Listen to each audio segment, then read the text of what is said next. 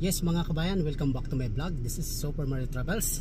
Nagbabalik po tayo mga kabayan at tayo po ay may ginagawa ngayon na Land Rover model 2016. So ang issue po nito kabayan ay check engine.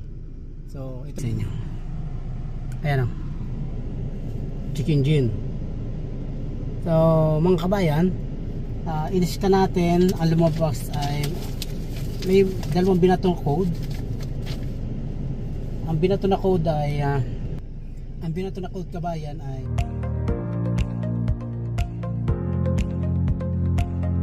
P0597-13 thermostat assembly, yung electronic thermostat assembly.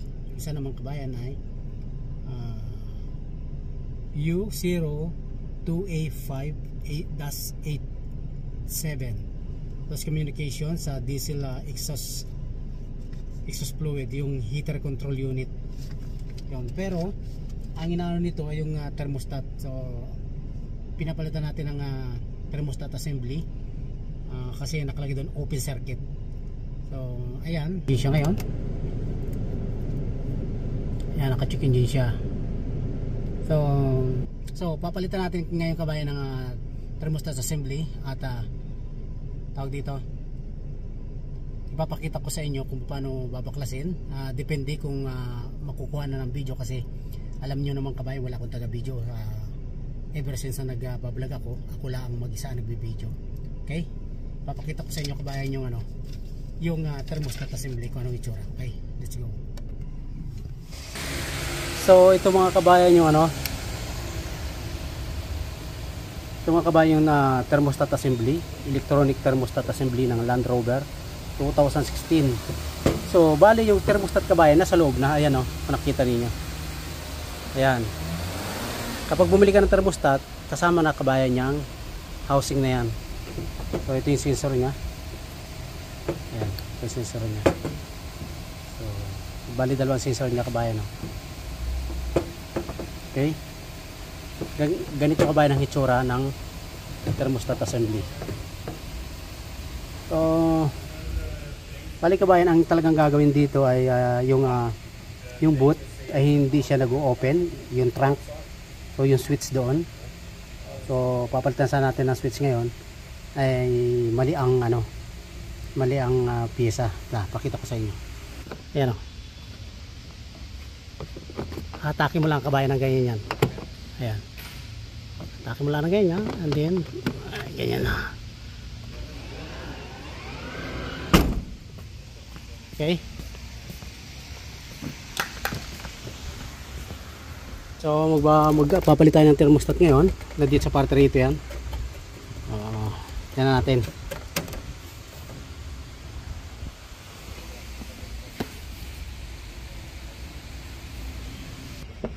O bayan, video ko na update natin.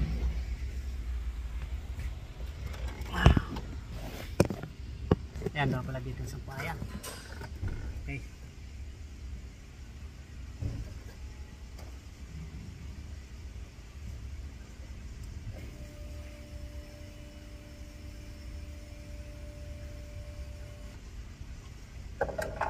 Kabayan, itong screw na to na plastic na to, kapag napasubrakas din ito, madaling malos thread. Plastic lang ito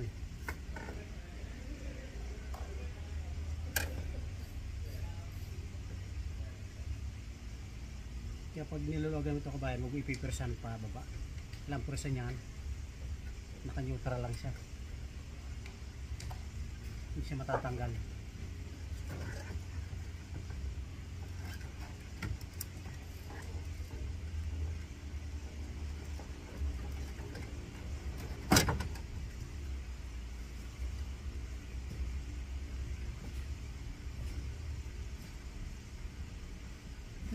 Ito ay ito yung thermostat niya. So ayun yung mga kabayan, medyo haggard tayo. So napagod tayo dito sa Land Rover na to. So natanggalan natin mga kabayan yung intake manifold. Sobrang hirap pong tanggalin. Ito lang mga tatanggalin, mga bolt lang. So dukutin na talaga siya. May dito at dito. dudukutin mo siya kabayan. So tapos i-disable mo itong mga hose na to. Pinambalik ko lang kasi tumutulo. Ayan, tatanggalin ko ulit mamaya yan kapag ibabalik natin intake manifold. Ayan, so yung itsura. So tapos magtatanggal ka pa dito ng ano, doon sa glue plug nya. Diesel kasi ito eh.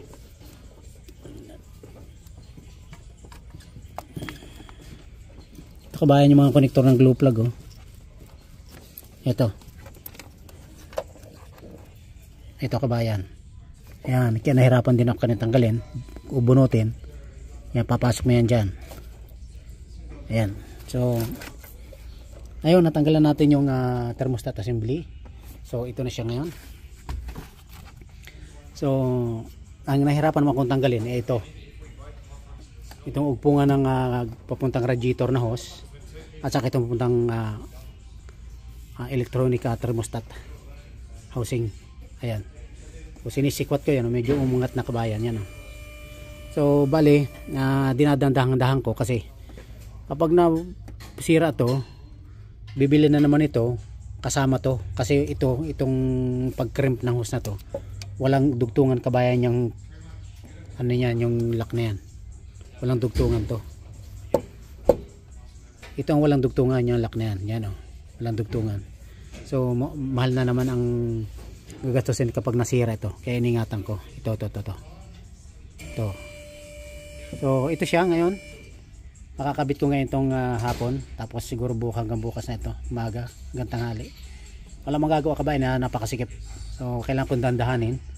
Kasi ang bawat isang sasakyan dito may budget. May budget allocation lang na dapat gastusin.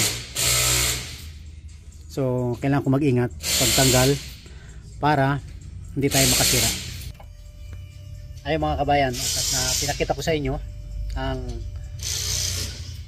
aking ginawa. So hindi ko na pinakita kabayan ng pagtanggal kasi sobrang hirap. So dukutin lang naman kabayan. So dukutin lang siya. So napakahirap at napakaliit ng space. So makikita naman ninyo kabayan baklas kabit lang, makikita naman nyo kung alin ang tatanggalin.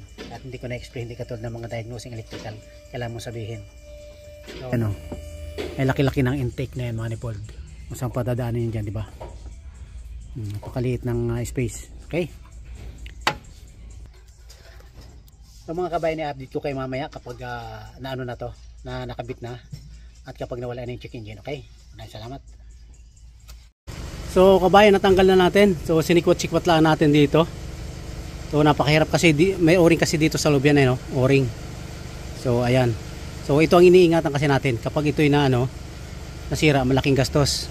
Hanggang dito kabayan yan no. Hanggang dito basta yan. Ayan yan. Magkadudugtong siya. Magkarugtong siya. Yan. So kaya ito medyo na ano na to.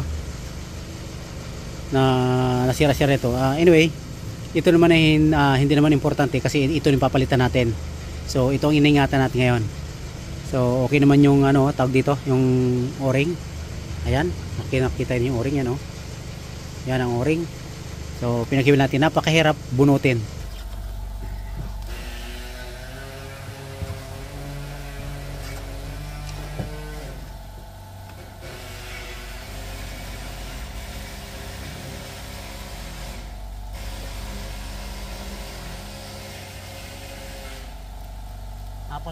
Apat na bolt na 8 lang to. 4 na bolt na 8 lang.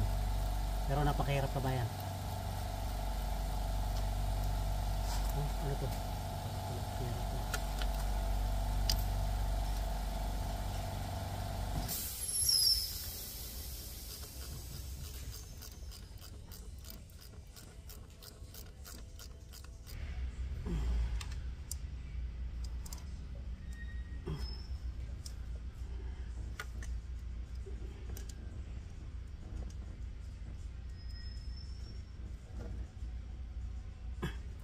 Kita ba nyo kabayan? Kita nyo no? Ayan. Ito.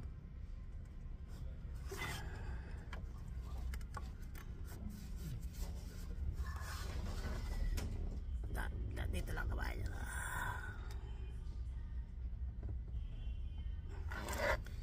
Inalagay ko kabayan ng mga sealant. Doon sa'yo pagbabalikan natin ng mga hose. So hindi ko na dapat makita, alam mo dapat niyo pag magbabalikin ng hose. Napakita ko lang kung gano'ng kahirap yung ginagawa natin. Sobrang sikip. Ito lang din naman. Ang nagpapahirap lang naman dito kabayan yung sobrang sikip.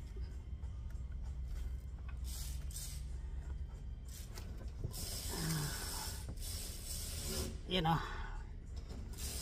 Tapos kakabit natin. Yan. Kakabit natin yan. Yung lock. Bago yung mga hose clamp pa kabayan, napakahirap. Napakahirap anahin. Spillingin o.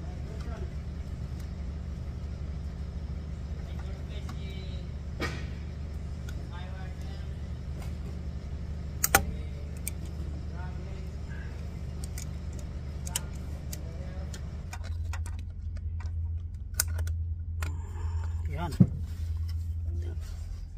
Kabayan, napakahirap gawin ha.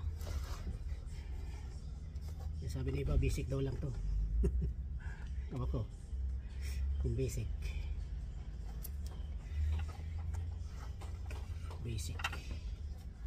Iba kasama, iba kasi kasabay. Iba kasi kabayan, kasamang yabang.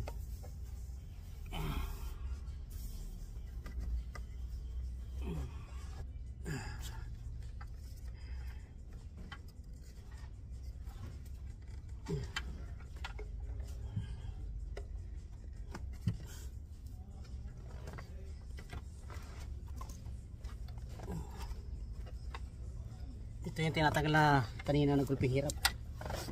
So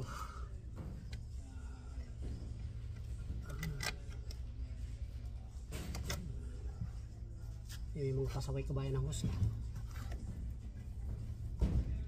So mga kabayan, nakakabit na yung electronica thermostat. Ayan. So pati yung mga hoses natin, yan, silyado na rin yan. Okay. So intake manifold na lang kabayan, patapos itong mga hose ibabaw.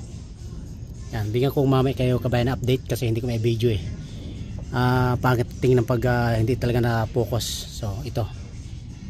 Yan para ma-idea kayo kung alin tatanggalin ninyo. Okay?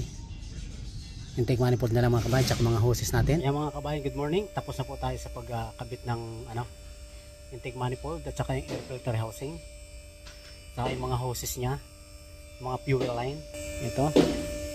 Ito lang na mga kabayan tatanggalin mo dyan, mga fuel line na yan. So tsaka ito, tatanggalin mo to. So kailangan matanggal yung throttle body din. Saka ito, para matanggal mo tong intake manifold. Yung pagtanggal ng intake manifold, dudukutin mo. So ayan, pwede mo ding dukutin dito kung may mahaba kang extension. Ayan makikita mo yung mga bolt dyan sa ilalim. Yan, pwede dyan yan. Pwede din yan. Ayan. So ako naman dito ko siya para medyo malapit. Dinukot. Okay. So magsasalin na tayo ng coolant. Ayan. Yung mga connector natin, secured na siya. Mga connector secured na. Ayan. Mga hoses, yung mga lock. Ayan, sa proper place na po sila. So yun, magano na tayo, magsasalin tayo ng coolant, i-bleed na natin. So sana masolve yung problema kabayan. I-update ko ulit kayo kasi mahirap mag video pag mahulog ang cellphone natin, wala tayong videographer. Okay, so ayan mga kabayan, umaandar na yung sasakyan. So mag-bleed na lang tayo ng coolant. Ayan. So titingnan natin kung hindi na babalik yung check engine kasi may tatlong binibigay yung scanner, quiescent relay box, saka yung gas sensor, saka yung thermostat, merong open circuit. So titingnan natin ngayon kung maayos na. So ito, maandar na kabayan. So magti-check tayo ngayon ng leak. So titingnan natin kung yung mga leak. Makikita naman natin sa baba kung tutulo siya. So nagano tayo ng tubig kanina, binubuan natin ng tubig. So tubig yan bumabagsak na yan. Para mawala ba yung ano, mga residue ng coolant bago naglinis tayo ng floor. Yan. Ayan. Mamaya na natin ito ilalagay kasi para masilip natin doon. So wala naman leak ng fuel. Okay naman siya. Walang leak ng mga fuel, okay naman. Yung mga lock nya. Mabalik natin sa original settings. To original position. Ayan.